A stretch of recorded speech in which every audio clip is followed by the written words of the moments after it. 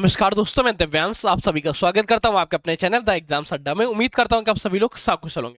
Computer के आज के सेशन में सभी का विशेष स्वागत है। आज हमारी पहली क्लास है कंप्यूटर की, इसलिए कंप्यूटर का केवल हम लोग ओवरव्यू अध्ययन करेंगे, केवल ऊपरी सतह पे कि कंप्यूटर क्या है, किस तरह कार्य करता है, क्या इसके प्रोसेसिंग यूनिट है, साथ में कंप्यूटर के प्रारूप क्या थे, इसके इतिहास के बारे में कल के सेशन में स्टार्ट करेंगे। कल के सेशन में क्या क्या पढ़ेंगे वो बाद में देखेंगे। पहले उम्मीद करते हैं कि आपको हमारा सेशन पसंद आना चाहिए, दोस्तों को शेयर करिएगा और हाँ, पॉइंट्स याद रखिएगा। किसी भी सब्जेक्ट के लिए पहले तो आप लोगों को थ्योरी पढ़ा रहे हैं, इसके बाद इसके मल्टीपल चॉइस क्वेश्चन होंगे, इसके बाद इसके प्रीवियस ईयर क्वेश्चन होंगे। तो पहले थ्योरी की इस क्लास को आप दोस्तों को शेयर कर दीजिए और स्टार्ट करते हैं क्लास को और चर्चा करते हैं हम अपना पहला टॉपिक। कंप्यूटर है क्या? सबसे पहले कंप्यूटर, जिसको हिंदी में हम लोग संगणक के नाम से जानते हैं, इसका मुख्य कार्य क्या है? आपके द्वारा इनपुट को लेना, इनपुट पे प्रोसेस करना, इनपुट पे क्या करेगा? प्रोसेस करेगा और प्रोसेस करके आपको आउटपुट देना। जैसे आप जिस सिस्टम पे अभी इस क्लास को देख रहे हैं, चाहे मैं लिख रहा हूं या जो रिकॉर्ड कर रहे हैं, ये सभी एक रूप में कंप्यूटर से घिरे हुए हैं। वर्तमान समय में क्या है? वर्तमान समय में एक छोटे से फोन से लेके बड़े से हाइब्रिड स्टेशन सुपर कंप्यूटर तक का निर्माण हो चुका है। परंतु प्राचीन काल में इनकी शुरुआत इस तरह से नहीं हुई थी। शुरुआत में मुख्य कार्य था कैलकुलेशन का। कैलकुलेशन में मानव शरीर लगातार कैलकुलेशन के लिए मैं इसे लिखेंगे ना, देख लेना।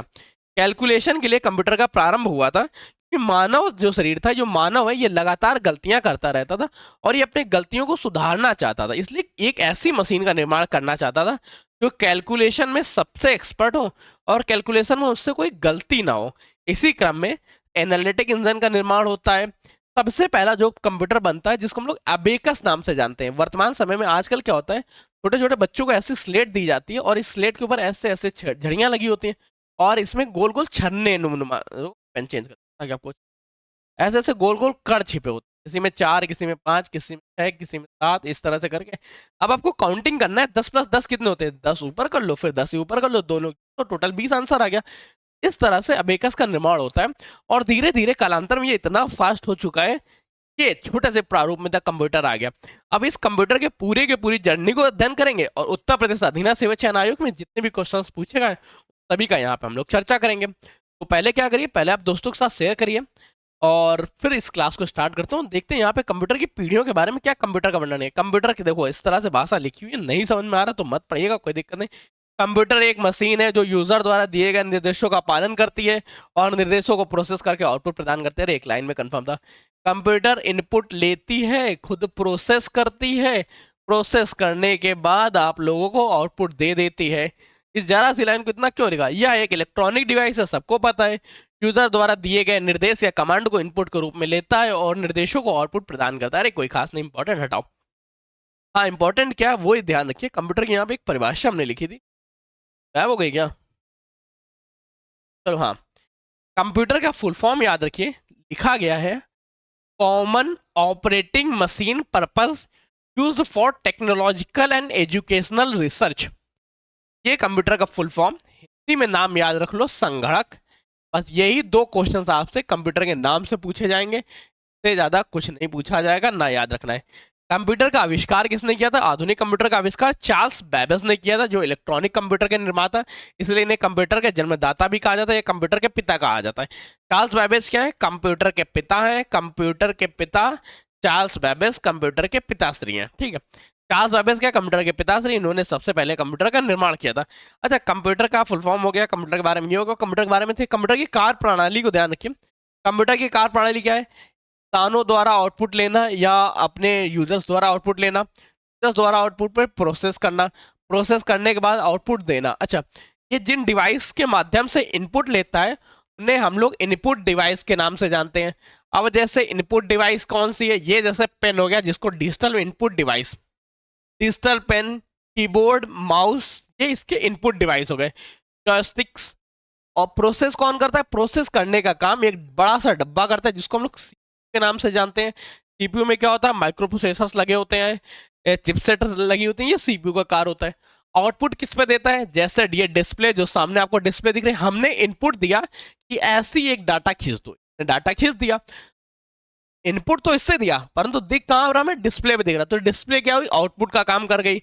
प्रिंटर क्या कर गया? प्रिंटर आउटपुट का काम कर गया। जिन डिवाइसेस से कंप्यूटर को निर्देश दिए जाते हैं उन्हें हम लोग इनपुट डिवाइस कहते हैं। जिन डिवाइस के माध्यम से हमें कंप्यूटर प्रोसेस करने के बाद आउटपुट प्रदान करता है उन्हें आउटपुट डिवाइस कहते हैं। कंप्यूटर जहां पे प्रोसेस कर रहा हो तो उसे हम लोग सीपीयू बोलते हैं, सेंटर प्रोसेसिंग यूनिट।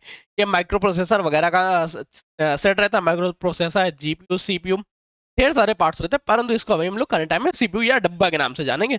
हमारे घर पे इसको हम डब्बा बोलते हैं, आपके घर में भी इसे डब्बा ही बोला जाना चाहिए। सीपीयू हो गया, जीपीयू हो गया, एनालॉग एएलयू हो गया, ये सारे सारे इसके यूनिट्स होते हैं, उनके बारे में बाद में अध्ययन करते हैं। Input device confirm, output device confirm, डब्बा या सीपीयू के बारे में कंफर्मेशन मिल गई। अब इसी के साथ हम लोग थोड़ा सा आगे देखते हैं और देखते हैं क्या कंप्यूटर के कार्य करने के 3 स्टेप होते हैं। इनपुट डिवाइस वह प्रक्रिया जिसके द्वारा यूजर्स, अरे कोई दिक्कत, प्रोसेस क्या है, कंप्यूटर निर्देशों प्रोसेस करता है। लिख लो यार, लिखने की इच्छा हो, ना लिखने की इच्छा हो तो समझ में तो आ ही गया होगा। तो उम्मीद करते हैं कि आप समझ के करिए, लिखने का क्या फायदा है, लिखने का तो चलता ही रहता है। चलो कोई नहीं, तो भी आपने लिख लिया, ये बेहद अच्छा किया। और कंप्यूटर की विशेषताओं के बारे में सबसे पहले क्या होता है, कंप्यूटर की स्पीड नापी जाती है। स्पीड से भी पहला पॉइंट आना चाहिए कि कंप्यूटर की एक्यूरेसी कितनी है। वर्तमान समय में क्या है, वर्तमान समय में कंप्यूटर लगभग 100% एक्यूरेट हो चुके हैं, फिर भी इसमें कई एरर्स होती हैं, पर 100% लगभग कैलकुलेशन के मामले में तो एक्यूरेट माना ही जाता है। कंप्यूटर लगभग 100% या लगभग 100% एक्यूरेट हो चुके हैं, इसलिए एक्यूरेसी की बात नहीं। अब हम लोग चर्चा करते हैं स्पीड के बारे में। इसकी स्पीड क्या है, क्या लिखा है इसमें, अरे कोई फर्क नहीं पड़ता है, ठीक है। TBPS, gigabits per second, TBPS, tegabits, terabits per second, FBPS, petabits per second, इस तरह से इसकी स्पीड नापी जाती है। कंप्यूटर की स्पीड प्रति सेकंड में नापी जाती है। अगर स्लो कंप्यूटर है तो GBPS, फास्ट है TBPS, सबसे फास्ट है तो फेटा बाइट्स पर सेकेंड या FBPS के नाम से नहीं जाना जाता है।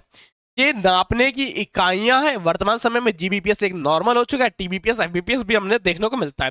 एक्यूरेसी कंफर्म ही होगा। रिलायबिलिटी, विश्वसनीयता, कंप्यूटर को दिए गए कार्य वो खुद करेगा और आपके सभी निर्णयों को फॉलो करेगा, इसके लिए आप उस पर रिलायबल हो सकते हैं या विश्वसनीय पात्र हैं। मेमोरी, कंप्यूटर की मेमोरी के बारे में याद रखिएगा, सबसे पहले स्टार्ट होती है KB से, किलो बाइट हो गया, मेगाबाइट हो गया, गीगाबिट हो गया, टेराबिट्स हो गया, ठीक है। बेटा एक्सेक्टर, मेमोरी क्या है, स्मरण करने की क्षमता या याद रखने की क्षमता को मेमोरी के नाम से जानते हैं। मेमोरी भी कई प्रकार की, जैसे उसमें कैच मेमोरी हो गए, रोम, रैम हो गया आपका। रैम में भी पार्टीशंस हो जाते हैं, primary memory, secondary memory, tertiary memory. Primary memory की भी पार्टीशन है, सेकेंडरी की भी पार्टीशन। जब रैम के बारे में चर्चा करेंगे, मेमोरी को तब करेंगे। डिलीजेंसी, परिश्रमी होता है, काम अपने आसान कर देता है, ऑटोमेटिक हो गया, स्वचालित हो गया है। नॉन फीलिंग्स, इसके पास अभी इमोशंस नहीं है, परंतु वर्तमान समय में कई AI ऐसी भी डेवलप करना चाहते हैं साइंटिस्ट जिनको इमोशन प्रदान किया जा सके, परंतु अभी नहीं है। तो इंटेलिजेंट, इस कंप्यूटर के पास खुद की कोई बुद्धिमत्ता नहीं होती, खुद का कोई दिमाग नहीं होता है। वो सिर्फ करता क्या है, वो आपकी इंटेलिजेंस का उपयोग करता है। करंट टाइम में इस बात को भी थोड़ा थोड़ा झुटलाया जा रहा है AI के माध्यम से। AI क्या है, AI खुद सीखती है, परंतु किसके द्वारा, डाटा द्वारा। अगर हम लोगों ने डाटा सेट ही उसको गलत दिया तो वो डाटा भी गलत ही सीखेगी। तो कंप्यूटर की खुद की कोई बुद्धिमत्ता नहीं है, वो अपने को दिए गए निर्देशों के आधार पर निर्णय लेती है। अगर आप निर्देश सही देंगे तो कार्य भी सही करके देगा, ठीक है। फिर देखिए, प्राइवेसी, गोपनीय रखते हैं। कंप्यूटर पे अगर आप लॉग लगा सकते हैं, दूसरे नहीं देख सके, कंप्यूटर को बता सकते हैं। कंप्यूटर के इतिहास के बारे में चर्चा करें तो कंप्यूटर का इतिहास लगभग 2000 साल पुराना है। जैसे जैसे मनुष्य धीरे धीरे डेवलप कर रहा था, वैसे वैसे कंप्यूटर का निर्माण कर रहा था। इसके बारे में सबसे पहले अबेकस देखने को मिलता है। अबेकस के बाद आप लोगों को नेपियर की हड्डी या Napier's bone, Pascal line, stepped rocket, differential engine, analytics engine, tubular machine, differential analysis और मार्क वन के बाद धीरे धीरे कंप्यूटर को 9 पार्ट्स में डिवाइड किया जाता है। Micro computer, mini computer, mainframe computer, analog computer, digital computer, hybrid computer, super computer, workstation, personal computer. वर्तमान समय में हमारे पास ये है। कंप्यूटर की 5 पीढ़ियां थी, प्रथम पीढ़ी, द्वितीय पीढ़ी, तृतीय पीढ़ी, पंचम पीढ़ी। इन सभी पॉइंट्स के बारे में हम लोग कल की क्लास में चर्चा करेंगे। आज थोड़ा समय का भी शॉर्टेज है और मैं एक छोटे से इंपॉर्टेंट काम के लिए थोड़ा सा बाहर जा रहा हूँ, इस वजह से आज के सेशन को यहीं रखते हैं। मिलते हैं कल के सेशन में और कल इन सभी चीज़ों को हम लोग डिटेल से देखेंगे। तब तक के लिए कीप स्टडी, कीप स्माइलिंग, पढ़ते रहिए, मुस्कुराते रहिए। पढ़ाई मुस्कुराहट एक साथ अच्छी लगती है, अकेले में दोनों ही अधूरे हैं। उम्मीद करते हैं कि आपको हमारा सेशन पसंद आया होगा और दोस्तों को शेयर भी करेंगे। धन्यवाद दोस्तों।